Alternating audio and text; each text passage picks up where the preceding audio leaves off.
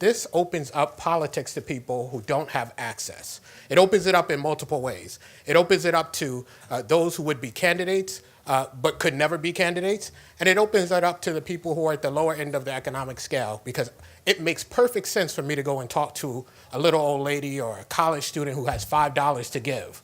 But under the old system, it made no sense for me to talk to that person.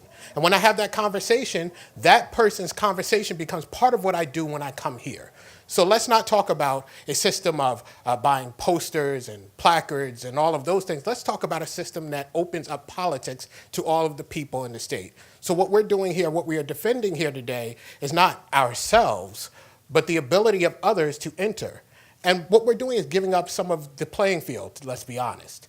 Because the same way that I was able to beat that machine that was in place, somebody potentially can beat me because they're able to access the system, able to participate, able to run against one of us who has gone astray. So I stand here again about 7 or 8 years later than I stood the first time I was defending public financing in the state of Connecticut. This isn't just a partisan issue.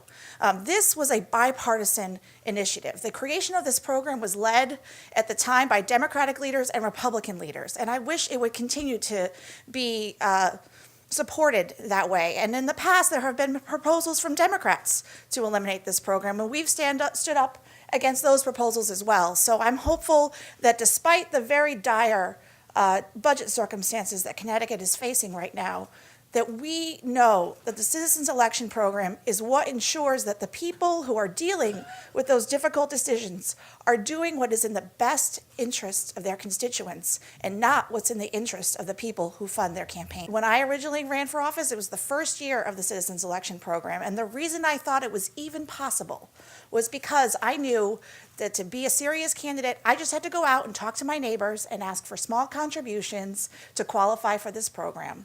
And there are dozens, if not hundreds of bills that have passed in the time since this bill or this program has been in place that wouldn't have passed under the old system. The lobbyists and special interests would have been able to kill it. Things have changed. The way this General Assembly functions has changed because of the Citizens Election Program. And I'm proud to stand here today to say getting rid of the Citizens Election Program would be a huge step backwards for an ethical and fair and just government in Connecticut.